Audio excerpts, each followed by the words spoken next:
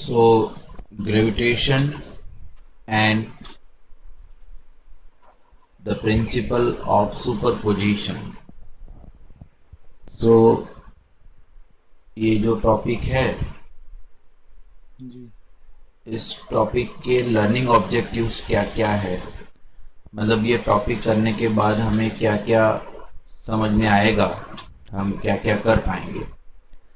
So after reading this module, you should be able to first, if more than one gravitational force acts on a particle, draw a free body diagram showing those forces with the tails of the force vector anchored on the particle. किसी particle के ऊपर बहुत सारे gravitational force लग रहे हैं, एक से ज़्यादा लग रहा है. इसके फ्री बॉडी डायग्राम कैसे ड्रॉ करेंगे ये हम सीखने वाले हैं. If more than one gravitational force acts on a particle, find the net force by adding the gravitational forces as vectors. तो अगर किसी पार्टिकल पे एक से ज़्यादा ग्रेविटेशनल फोर्सेस लग रहे हैं तो इंडिविजुअल फोर्सेस को वेक्टोरिकली ऐड करके टोटल फोर्स कैसे निकालना है उसके बारे में हम यहाँ पर पढ़ने वाले हैं. So let start. सबसे पहले gravitation and the principle of superposition के बारे में पढ़ेंगे. Given a group of particles we find the net or resultant gravitational force on any one of them from the others by using principle of superposition. Suppose कि यहाँ पर 1, 2, 3, 4 ऐसे there are 4 particles P1, P2, P3, P4. Each has mass m1, m2, m3, m4. तो ये जो P2 है, अब मैं सोच रहा हूँ कि ये P1 पे कितना gravitational force due to all this 3 particles लग रहा है. So in that case I have to draw the force line, and for that I have to join the particles by dotted line. तो dotted line से मैंने सारे particle को join कर दिया और इस लाइन के along I will have the forces. This is the first force, this is the second force due to particle P3, and this is the third force due to particle P4.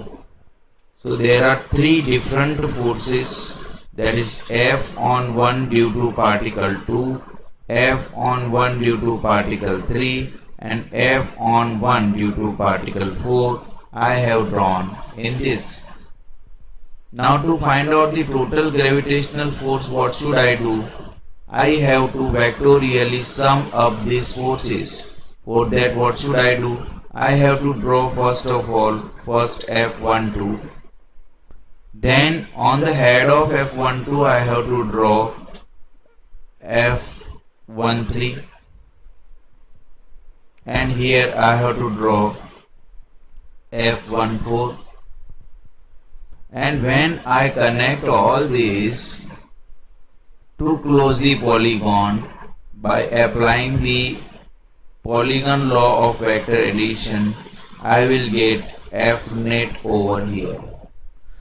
So I hope you understood this, how I have found the total resultant force by using graphical method. Yes Okay, so this is the way how to find out the total resultant force on a particle on which there are multiple gravitational forces are applicable.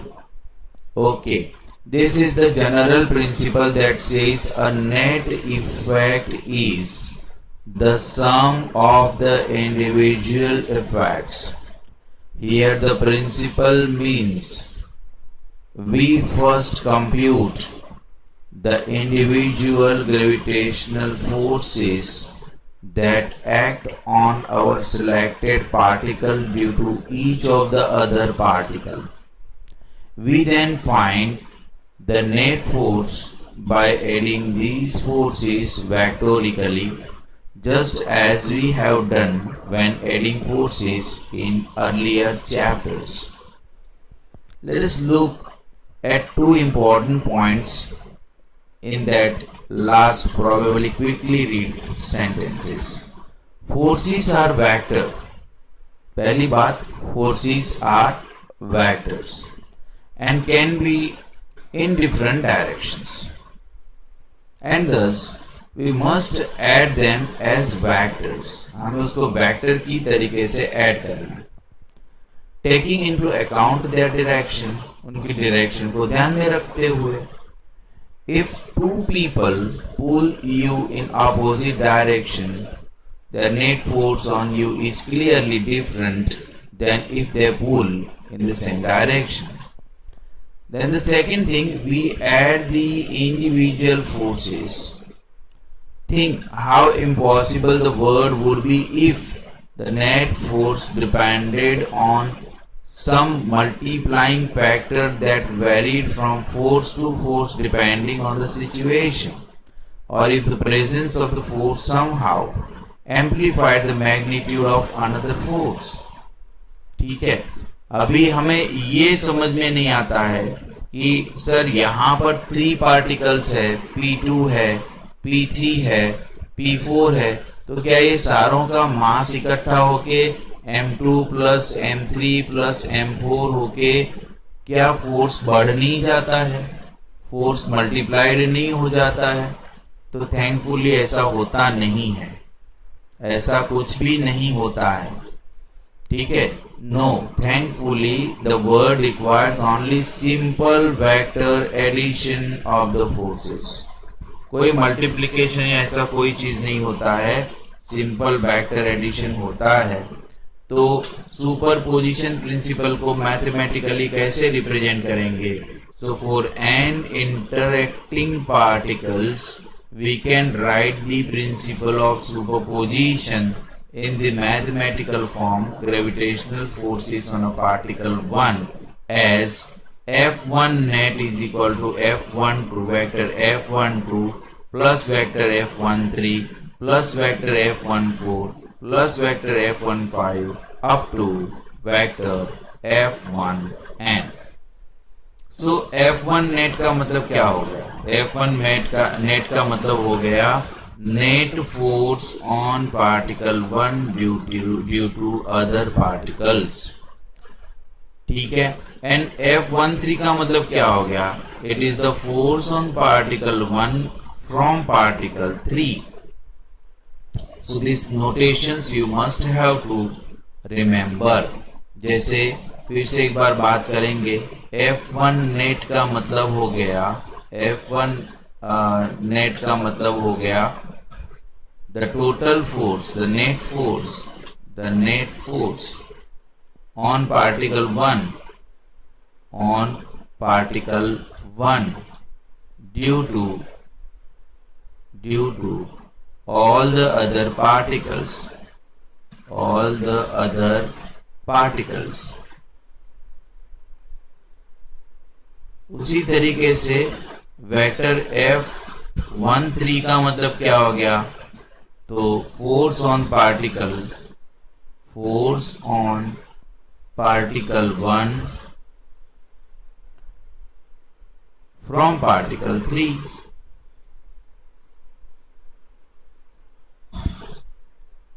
So these notations we must have to remember. We can express this equation more compactly as vector sum. By using the sigma notation, we will have the principle of superposition in this way. Vector F1 net is equal to sigma I is equal to 2 to n F1I. You have to take a note that this sigma starts from 2, not from 1. तो 1 से क्यों start नहीं हो रहा है? क्योंकि यहाँ पर हम फाइंड कर रहे हैं कि पार्टिकल 1 के ऊपर बाकी पार्टिकल से कितना फोर्स लग रहा है। So in the sigma notation I में 1 नहीं आएगा, 2 ऑनवर्ड्स के सारे पार्टिकल फर्स्ट पार्टिकल के ऊपर फोर्स लगाएंगे। ठीक है। Now real objects, what about the gravitational force on the particle from a real extended objects? This force is found by dividing the object into small parts enough to treat as particles and then using equation number 13.5 to find the vector sum of the forces on the particle from all the parts. In the limiting case, we can divide the extended object into different parts, each of mass dm, and each producing different force dF. So now we have a simple problem, net gravitational force on 3 particles. See, figure 13.4a shows the arrangement of 3 particles. Particle 1 of mass m1 6.0 kg, particle 2 and 3 of mass m2 and m3 is 4.0 kg. Distance between them is 2.0 centimeter. Then what will be the net gravitational force on particle 1 due to other particles? See, the figure is given over here. This is the figure. One particle at the origin and other 2 particles are there on different directions. Particle m2 is on y-axis, particle m3 is on negative x-axis. So how to solve them? To solve them, we have to use principle of superposition. So the formula F12 is equal to G m1 m2 upon a square. This formula we will apply. We know that the value of capital G, that is universal gravitational constant, is 6.67 into 10 raised to minus 11 meter cube per kg second square. The value of m1 is given to you in the example, which is 6 kg. Value of m2 is also given to you, which is 4 kg upon the distance, which is 2 millimeter. So we can convert it to the meter. So 0.020 meter the whole square. After calculating, we will get the answer 4 into 10 raised to minus 6 Newton. But this force is due to particle 2 on 1. Okay. Similarly, the magnitude of F13, that is the force on 1 from 3 on part, so we will have to write the same formula. F13 is equal to Gm1 m2 upon 2a the whole square. The distance is 2a between m1 and m3, that is given into the question. So F13 is equal to 6.67 into 10 raised to minus 11 meter cube per kg per second square into 6.0 kg into 4.0 kg divided by 0.040 meter the whole square. So after calculating, you will get the answer 1 into 10 raised to minus 6 Newton. So this is the force F13. Here we have calculated F12 and this is F13. They are perpendicular to each other as we have seen in the figure. Force F13 is directed in the positive direction of y-axis as shown in figure and has only y component F12. Similarly, F13 is directed in the negative direction of x-axis and has only x component minus F13. Not something important, we draw the force diagram with the tail of the force vector anchored on the particle experiencing the force. Drawing them in other way invites errors, especially on exams. To find the net force F1 net on particle 1, we must add the two forces as a vector.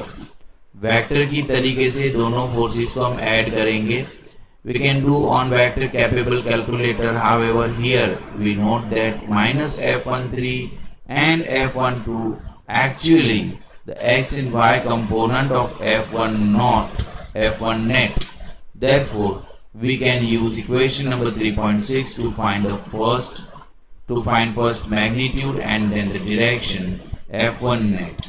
The magnitude would be F1 net is equal to root of F1 to the whole square plus minus F1 to F13 to the whole square. So it is equal to root of 4.00 into 10 raised to minus 6 Newton the whole square plus 1.00 into 10 raised to minus 6 Newton the whole square. So we will have 4.1 into 10 raised to minus 6 Newton. This is our first answer. We got the magnitude of the F1 net force. Now for direction, we have another formula we have already learned in chapter number 3. Equation number 3.6, we have to use theta is equal to tan inverse F13 minus F13, F12 upon minus F13. That is tan inverse 4.00 into 10 raised to minus 6 Newton upon 1.00 into 10 raised to minus 6 Newton. So we will have the answer minus 76. In this reasonable direction, क्या ये सही direction होगी? तो हम figure में देखते हैं तो minus 76 तो ये नीचे की तरफ जाएगा. It will go in this direction, which is totally wrong. Rather the force should be in this direction. Force तो इधर जाना चाहिए. So the direction is totally wrong. So we have to add 180 degree in this. So we will have minus 76 plus 180 degree, which is 104 degree. This is your correct answer. I hope you understood this. Yes, sir. Okay. For the extended body, we have to express this superposition principle in the terms of integration. That is, vector F1 is integration of vector df, in which the integration is taken over entire extended object and we drop the subscript net. If the extended object is a uniform sphere or spherical shell, we can avoid integration of equation number 13.6 by summing that the object's mass is concentrated at the object's center, and we will use 13.1 equation. Now here we have a checkpoint. The figure shows 4 arrangement of 3 particles of equal masses. Rank the arrangement according to the magnitude of the net gravitational force on the particle labeled m. Greatest first. तो देखो भैया यहाँ पर m के ऊपर जो force लग रहा है वो एट्रैक्टिव किस्म का फोर्स लगेगा due to particle 1 and due to particle 2. Particle 1 की वजह से ज़्यादा फोर्स लगेगा, मैं इसको लिखूंगा f स्मॉल d, और इसकी वजह से थोड़ा छोटा फोर्स लगेगा, उसको मैं लिखूंगा f कैपिटल D. सो इसका समेशन टोटल हो जाएगा. Total summation we can draw some big vector, that is f small d plus f capital D. Now to find out the resultant vector of these two, what should we do? Suppose we are just considering that this is the force vectors, then just adding them vectorially we will get this is the resultant vector. Here the vector f capital D is in this direction and f small d is in this direction. Actually I have reversed the direction. Attractive force होने वाला है. So ये particle है वो इस तरफ attract करेगा. This would be F D. ये वाला पार्टिकल जो है वो पीछे की तरफ अट्रैक्ट करेगा. This would be F small D. So the net force is subtracted, F D में से एफ कैपिटल डी को सब्ट्रैक्ट करेंगे तो वो फोर्स छोटा हो जाएगा। So F small D plus F capital D जो है वो ये हो जाएगा। यहाँ पर F small D plus F capital D यहाँ पर ऐसे हो गया। Now considering this, here the net force will be this will be the net force F small d plus F capital D. So magnitude wise second में और 4 में forces same रहेंगे। सो हम ऐसा लिख सकते हैं कि F1 net is greater than F2 net and F4 net which is greater than F3 net. I hope कि आपको ये समझ में आ गया होगा। Yes, sir. Now we are coming the next topic, gravitation near the earth surface. अर्थ के surface के पास gravitation कैसा होता है। After completing this topic we will distinguish between free fall acceleration and gravitational acceleration. Free fall acceleration और and gravitational acceleration के बीच का फर्क हमें पता चल जाएगा। दूसरा, we will calculate the gravitational acceleration near but outside a uniform spherical astronomical body. तो कोई एस्ट्रोनॉमिकल बॉडी है, स्फेरिकल बॉडी है, तो उसके सरफेस के पास या फिर सरफेस के थोड़ा बाहर कितना ग्रेविटेशनल एक्सेलरेशन लगेगा, that we will able to find out. Then we will distinguish between measured weight and the magnitude of gravitational force. ठीक है, measured weight क्या होता है and gravitational force का magnitude क्या होता है, ये सारी बातें हम लोग इस टॉपिक में पढ़ने वाले हैं। Let us come to the main point. Gravitational force near the earth surface. Let us assume that Earth is a uniform sphere of mass m. एक बार assume कर लेते हैं कि अर्थ जो है m मास का एक बड़ा सा sphere है। The magnitude of the gravitational force from Earth on the particle of mass m located outside Earth a distance r from the Earth's center. So we have the equation F is equal to capital G into capital M into small m upon r square. If the particle is released, इस particle को अगर release किया जाता है, it will fall towards the center of the earth as a result of the gravitational force F with an acceleration we shall call gravitational acceleration vector ag. Newton's second law tells us that the magnitude of F and Ag are related by this formula. F is equal to mag. So, if we substitute this formula or this value in equation number 13.9, we will have the value of acceleration of gravitation as capital G, capital M upon r square. Table 13.1 shows the values of acceleration due to gravity computed for various altitudes above Earth's surface. Notice that Ag is significant even at 400 kilometre. आप देखो 400 kilometre में भी कितना है, 8.70 है, जो करीब करीब 9.8 के थोड़े नजदीक ही रहता है। लेकिन सबसे हाइट पे, ज्यादा हाइट पे देखेंगे तो 0.225 हो जाता है। सो मीन अर्थ सरफेस पे 9.83, माउंट एवरेस्ट पे 9.80, highest crewed balloon 9.71, space shuttle orbit 8.70 and communication satellites about 0.225. ये है acceleration due to gravity.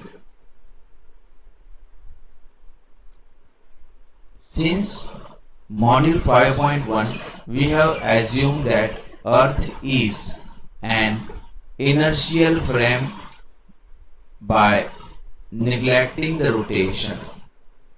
This simplification has allowed us to assume that the free fall acceleration g of a particle is the same as the particle's gravitational acceleration, which we now call ag.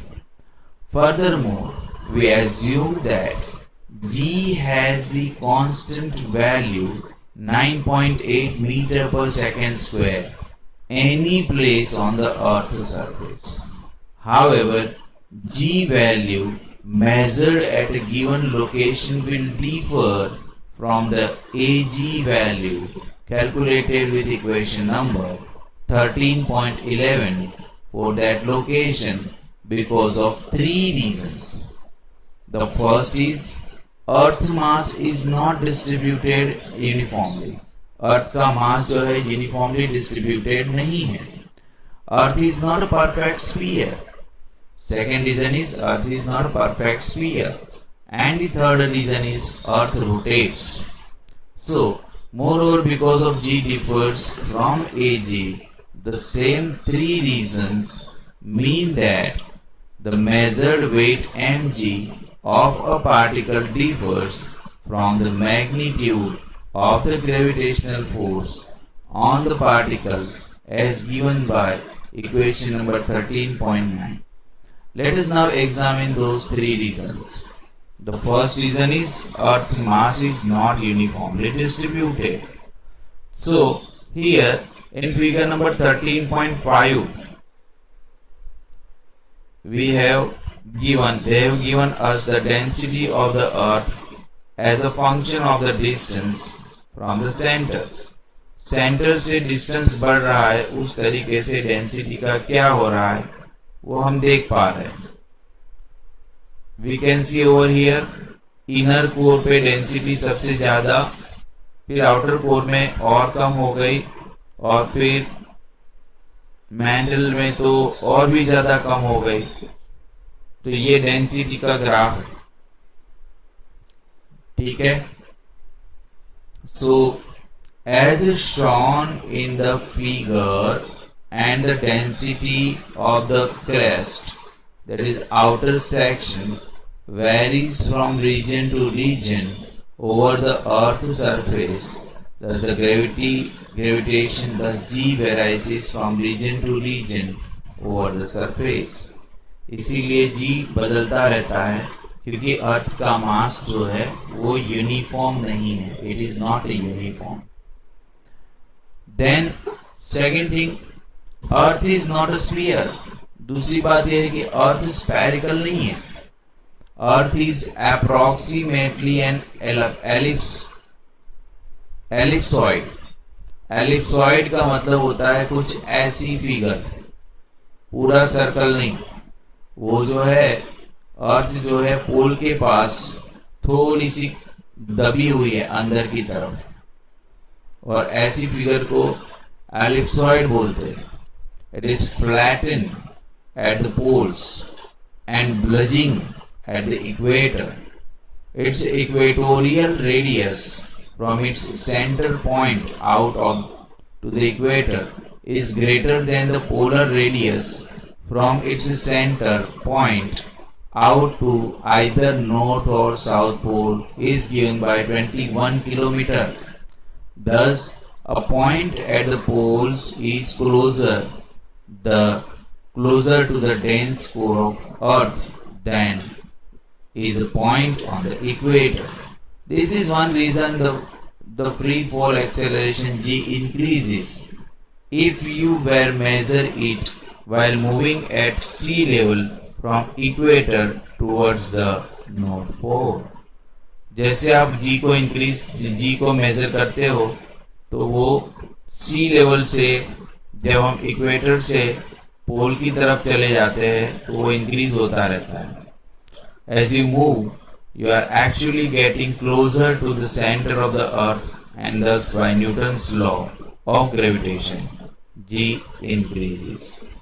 आपको ये भी जानना चाहिए कि जितने भी satellite launching station होते हैं, all satellite launching stations are on this equator, जिससे वहां से ग्रेविटी कम लगे, एक्सेलरेशन ड्यू टू ग्रेविटी कम लगे। And the third very important reason is Earth is rotating. The rotation axis runs through the north and south poles of the Earth.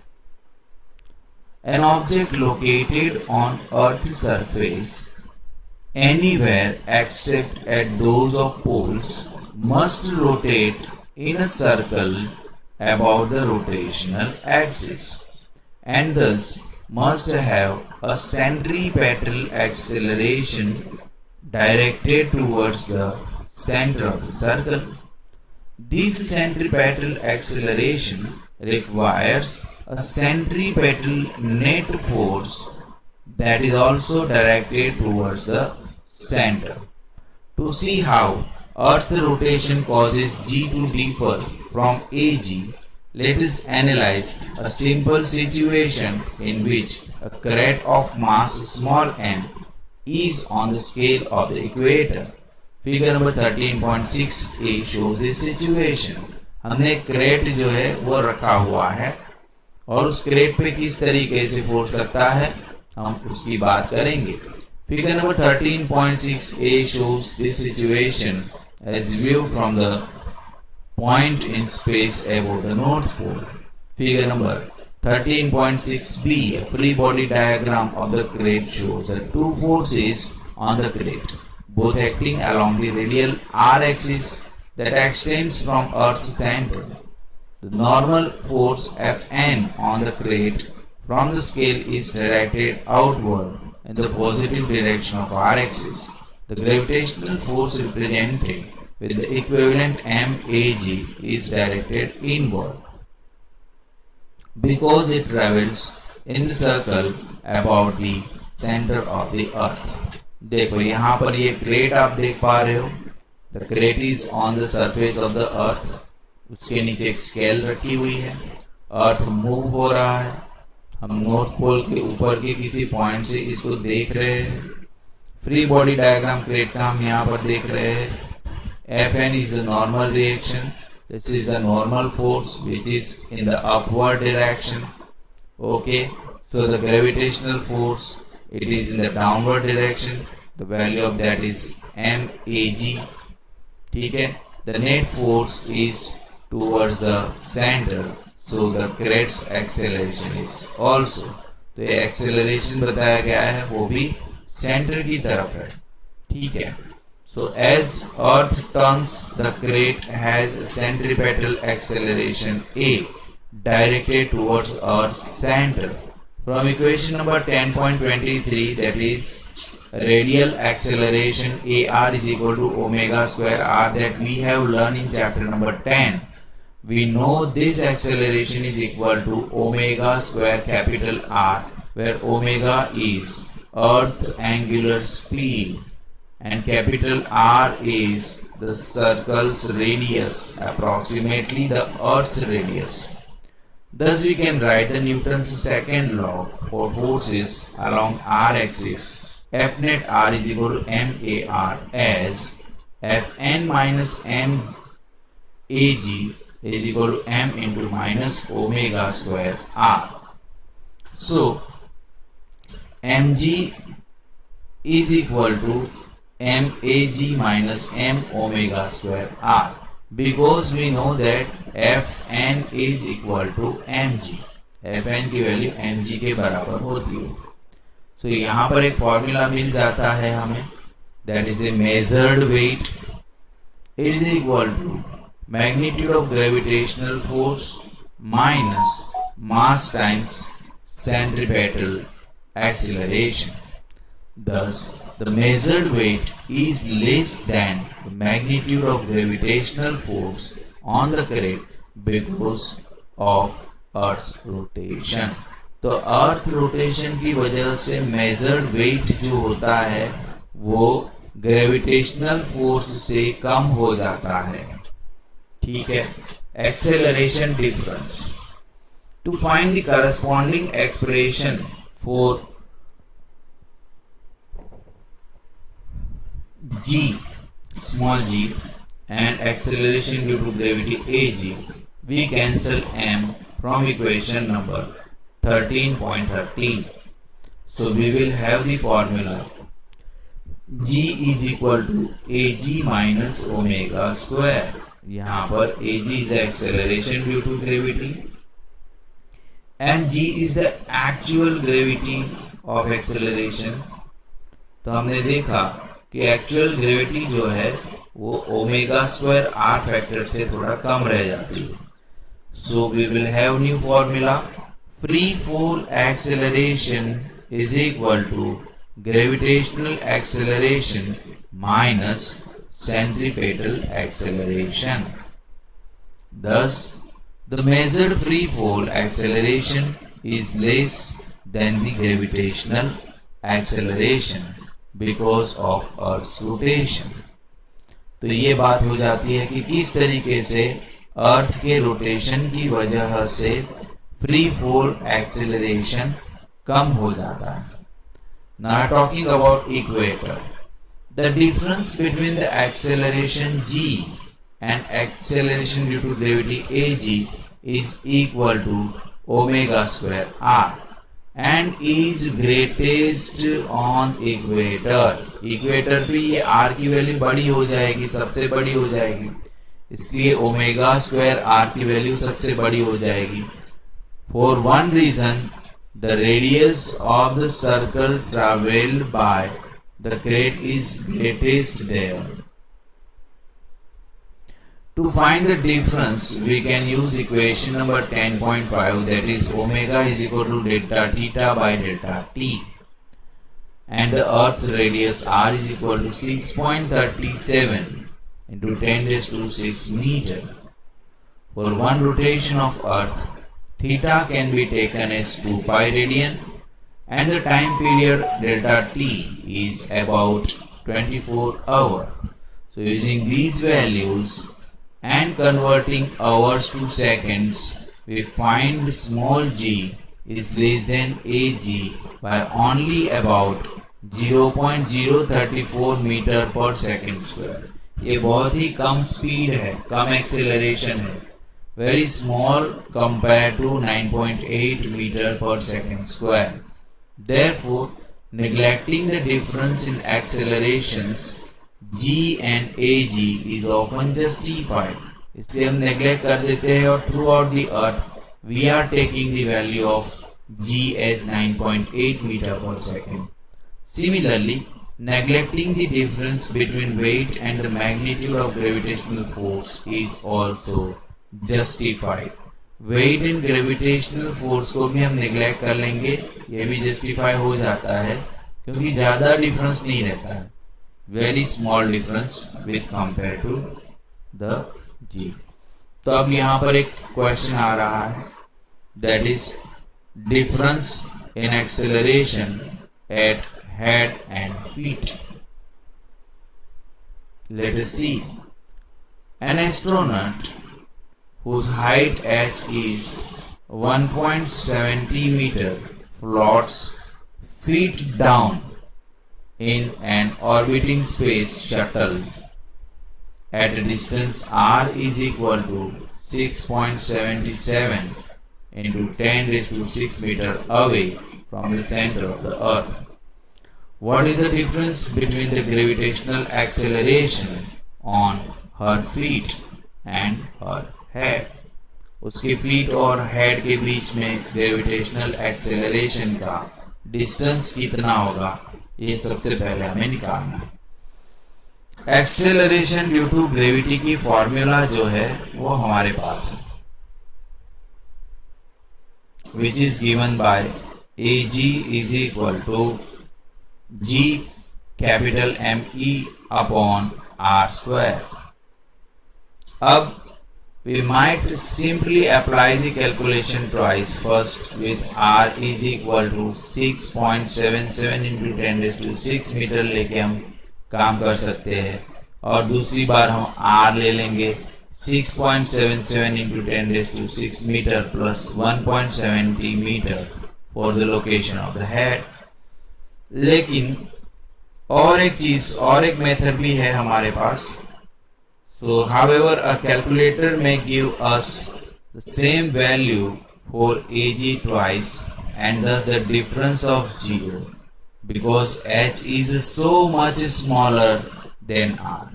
Here is more promising approach, because we have a differential change dr in R between the astronaut's feet and head. We should differentiate equation number 13.15 with respect to R. 13.15 को R से हम differentiate कर लेते हैं, तो AG का differentiation हो जाएगा DAG. G constant, ME constant, तो वो तो वैसे के वैसे रहेंगे. 1 अपॉन R स्क्वायर का डिफरेंशिएशन हो जाएगा -2 into 1 upon R cube into dr. This is what the differentiation of equation number 13.15. Now here we have DAG is the differential change in gravitational acceleration due to the differential change dr in R. For astronaut, dr is equal to h and r is equal to 6.77 into 10 raised to 6 meter. Substituting this data, we will have DAG is equal to -2 into bracket 6.67 into 10 raised to -11 meter cube per kg second square into 5.98 into 10 raised to 24 kg upon 6.77 into 10 raised to 6 meter per cube. So by calculating all this, we will have -4.37 into 10 raised to -6 meter per second square. This is the first answer. What is the difference between the gravity? तो difference इतना हो जाएगा gravity का, जो बहुत ही कम है, बहुत ज़्यादा कम है. आगे बात करेंगे सेकेंड क्वेश्चन की. इसलिए यहाँ पर उन लोगों ने एक्सप्लेनेशन भी दिया है कि ME value is taken from appendix 6. This results means that the gravitational acceleration of astronauts' feet towards the earth is slightly greater than the gravitational acceleration of her head towards earth. This difference in acceleration, often called tidal effect, tends to stretch her body. But the difference is so small that she would never even sense the stretching, much less suffer pain from it. तो ऐसे तो बताया जाए तो उसकी body stretch हो रही है, लेकिन बहुत ही कम फोर्स से हो रही है, तो उसको इसके बारे में सेंसेशन भी नहीं होता है, कोई समझ भी नहीं होती है, पता भी नहीं चलता है कि उसकी बॉडी स्ट्रेच हो रही है.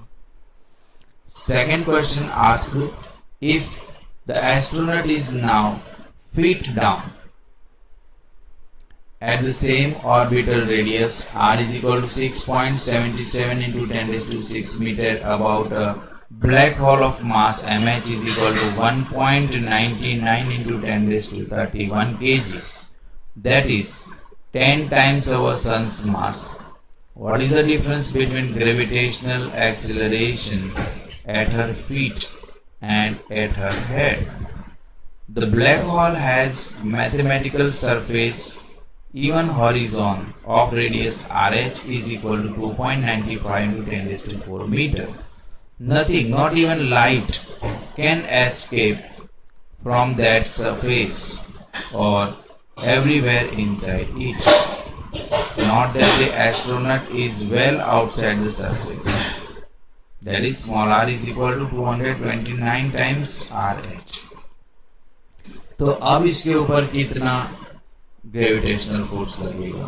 तो हमने DAG की फॉर्मूला तो ऑलरेडी यहाँ पर निकाली है, उसी में हमें अभी मास ऑफ अर्थ की जगह पर mass of that particular black hole डालना है। So let us put the values.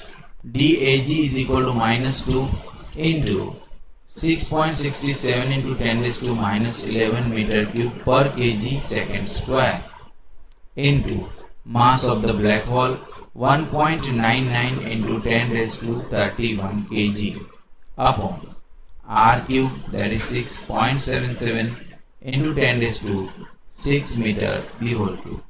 So we will have the answer -14.5 meter per second square. This means that the gravitational acceleration of astronaut feet towards the black hole is noticeably larger than that of her head. The resulting tendency to stretch her body would be bearable but quite painful. If she drifted closer to the black hole, the stretching tendency would increase drastically. तो इसमें इतना ज़्यादा stress लग जाएगा क्योंकि acceleration बहुत ज़्यादा बढ़ जाता है। तो हमने दो केसेस देखे।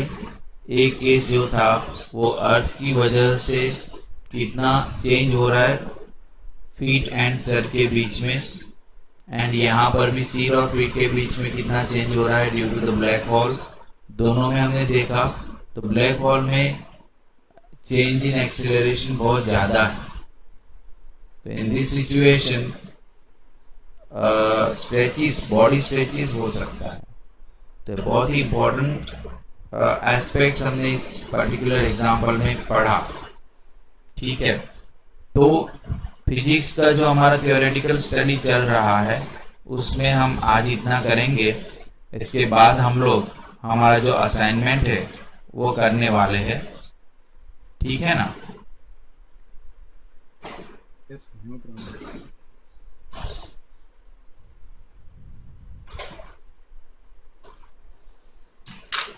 ओके